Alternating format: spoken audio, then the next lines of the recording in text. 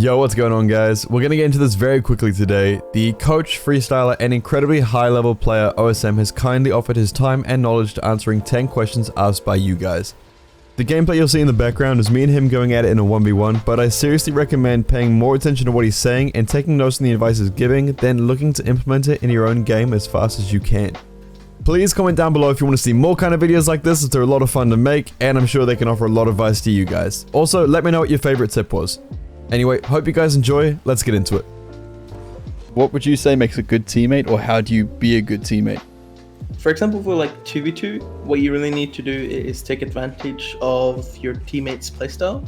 So for example, if your teammate is very aggressive, let him be that more aggressive type player that sets up the plays for you and basically just sweep up and clean up all the plays that he does. If he's very passive, you gotta be that type of player to make those solo plays, because their mindset is kind of like, okay, 2s is just like 1v1s. I can't really do much with my teammate, so I'm gonna be solo playing. But it's basically just looking for different strengths that your teammate has and trying to just play to those strengths.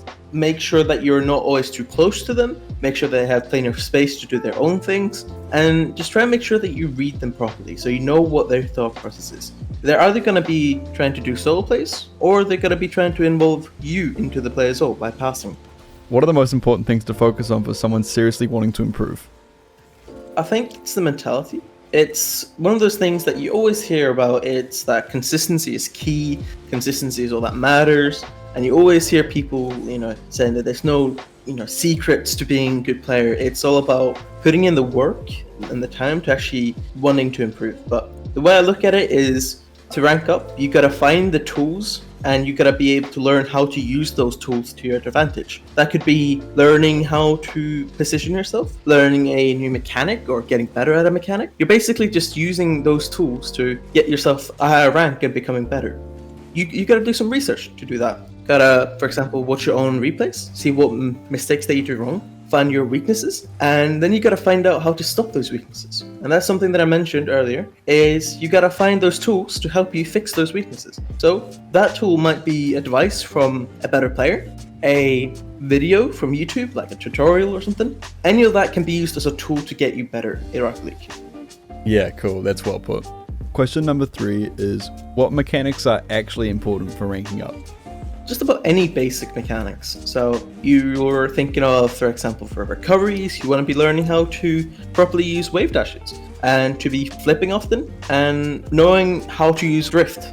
You want to be able to know how to properly use power slide as well. And that's not even a mechanic that a lot of people think about, but it's a very important one. A couple of others might be something like edge rules. They help you quite a lot with learning how to make proper touches on the ball.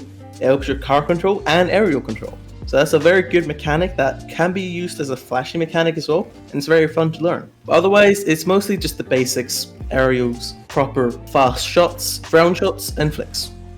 Cool. This is more of a question directly from me. What is your advice for people who struggle with boost management? I can only speak for myself and a couple of others that I coach personally, and it's that you gotta try and memorize the boost map, and you gotta try and find a path, the best path from point A to point B, and get there as fast as possible. You want to be able to get from one corner to the other corner on the opposite side of the pitch as fast as you can with as much boost as you can, and you want to be learning how to do that with using a boost map. I went into free play and I just flipped around, tried to get as much boost as possible, try to move as fast as possible, and try to set myself up in different areas of the field and try and perhaps recover from like the wall to another side of the pitch with as much boost as possible. Basically just focus on boost management for the entire game, because then you'll start subconsciously thinking about boost management and always be getting that boost pad. Cool. Which are your favorite training packs, ones you suggest for improvement? I don't usually do training packs. Fun fact, I don't really like training packs at all, actually, but there are specific training packs that can really help you cut a lot. Like training packs that are specifically catered to a weakness of yours. The 2 training packs that I learned from the most is one that Verge specifically made for me, and probably the clears, the clears training pack that Jonybo made. So those are the two training packs that I highly recommend. One is for backboard defense, so you gotta like fly up and read the backboard bounces, which is very tough. Like that's like GC level. And the second one is very basic. It's like anyone could do it. Anyone from gold to grand champ. I mean, even bronze players can try this. And it's just trying to clear it from your side into the other side into the goal. Otherwise, you can do basically everything else in training in free play, unless it's a very specific thing that you can't replicate using free play. Cool. So just for everyone, I will link the training packs in the description for you. What did you focus on when you started to seriously grind?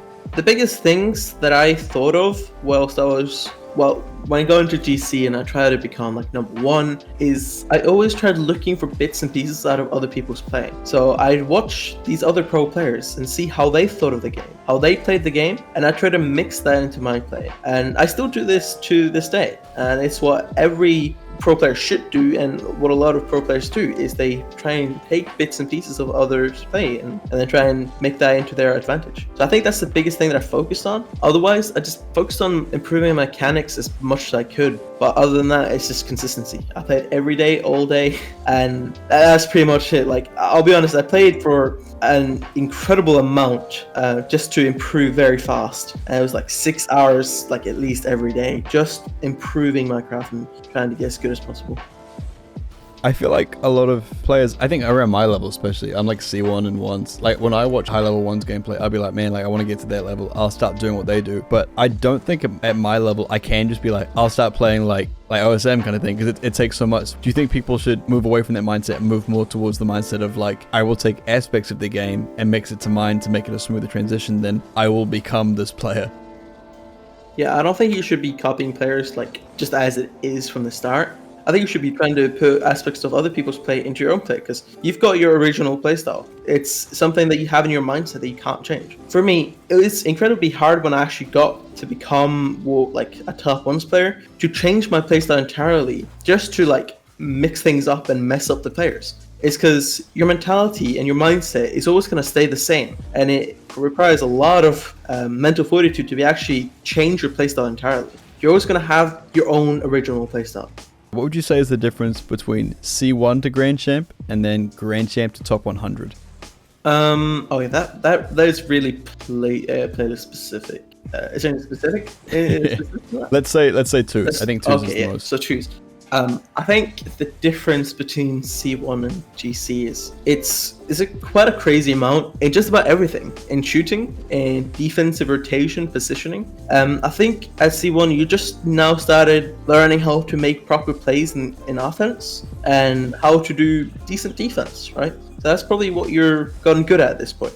And you probably learned how to do simple aerials, some decent aerials, but you haven't properly learned how to use your teammate to your advantage. That normally happens around C2, C3.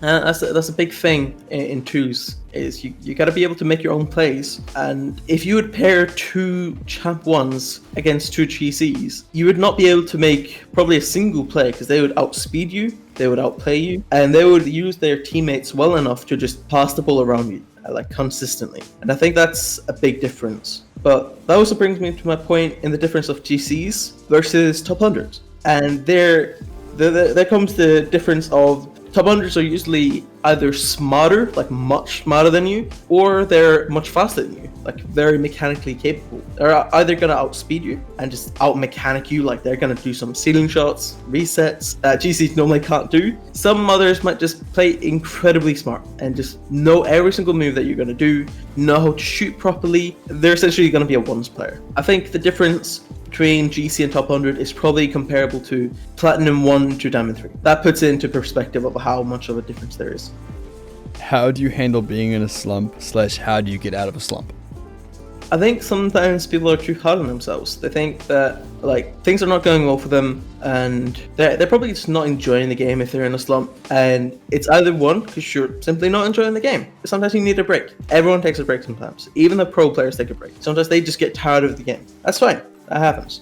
But if you're not just tired of the game and you need a break, you need to find out what's going wrong. That's the step one of getting out of a slump, is finding out what's going wrong in your play. Why are you playing bad? Why are you playing weirdly bad compared to normal? find out what's happening like in game and possibly like out of the game. Stuff that can happen in real life that affects your actual game as well. So you got to find out your mindset, your mentality, and also what's going wrong mechanically and in the game itself by either watching your own replay, trying to see what's going on, or asking someone else to check out your replay, perhaps a higher ranked player or a friend who could probably see your mistakes better. So I think that's the biggest step in realizing what's going on when you're in a slump. Do you have any training routine you're doing at the moment, or any training routine you kind of suggest for people to go about? What I always suggest to others, from casual to I really want to get better, put at least 5 minutes into your game every day of free play, working on a mechanic that you want to learn or get better at. And if that's something flashier like an edible or a reset, do that every day for 5 minutes at least in free play for about 3 weeks. Week 1, practice it every day for 5 minutes. Week 2, practice it every day for 5 minutes, but try and distract yourself a bit. Watch a video, talk to a friend, do anything that can distract you, and that'll help you get that mechanic subconsciously, which is what all the pros do. They learn something, and they're then able to do it without really thinking of how to do it. Week 3, fully implement it into your games. Expect your rank to fall down a bit, but after that week 3 is gone, you'll be able to do it consistently by week 4 if you followed that every single day. The mentality side, do you literally just go in a rank, you're like, I do not care if I lose? Yes, it's exactly the way I think about it. And it's literally just, I'm here to improve, nothing else. Yep. Okay, cool, easy. The second question is, when analyzing your replays, are you just watching specifically for small mistakes, small things you haven't picked up on, or how do you analyze your own replays? You pick out the weaknesses that are the biggest. So, for example, what happened leading up to you getting scored on? Analyze that. See what actually happened. Was it because of you? If so, what could you have done better? Position yourself better? Gotten more boost? Challenged? There's loads of things that you could do better, but you'll only realize that after you watch the replay, because you won't realize it in the game itself. If it's not your fault, think, okay, before this wasn't my fault, what could I do to minimize this mistake that my teammate did? Because sometimes you're the second man or third man and you're supposed to back your teammates up. And yes, your teammate may have made a mistake, but how do you help him and how do you back up him in that play? It's basically just trying to find any way in improvement, even if the goal isn't your fault. Even if you write that goal off, this wasn't my mistake, it's whatever. You can also think about it like this. What if I actually did something better here in order to back up my teammate, even though he made a mistake, so it wouldn't be a goal? So basically find any mistake that happened leading up to a goal and try and fix it, and find any mistake that led to you almost scoring but not scoring. See what you could have done better and what you could have improved. Other things is just general things like how much boost are you picking up? Is it something that led to a very strong attack for the opponents because you didn't have enough boost? Is it because of positioning, rotation? And the way to look at that is one, in-game knowledge from maybe watching other people play and realizing that they did something right or they did something wrong. It's all about picking up those little parts and really thinking, what can I improve in every situation? Very well put. Awesome. Thank you so much, dude. That is all the questions we have today. Where can people reach you, your social medias, or what you want to plug? I mostly talk to people on Twitch. I stream on Twitch, twitch.tv/OSM_RL. Otherwise, I also do YouTube on Pulse OSM. But other than that, probably just Twitter, which is OSM_RL. And that's basically the only places you can find me and just chat to me. That's everything for today. A huge thank you to OSM for being part of today's video. Make sure you guys go check him out. His links are all in the description. Hope you guys enjoyed. If you did, feel free to sub to the channel to keep up to date with me and my weekly uploads. Anyway, that's all from me. I'll see you next time.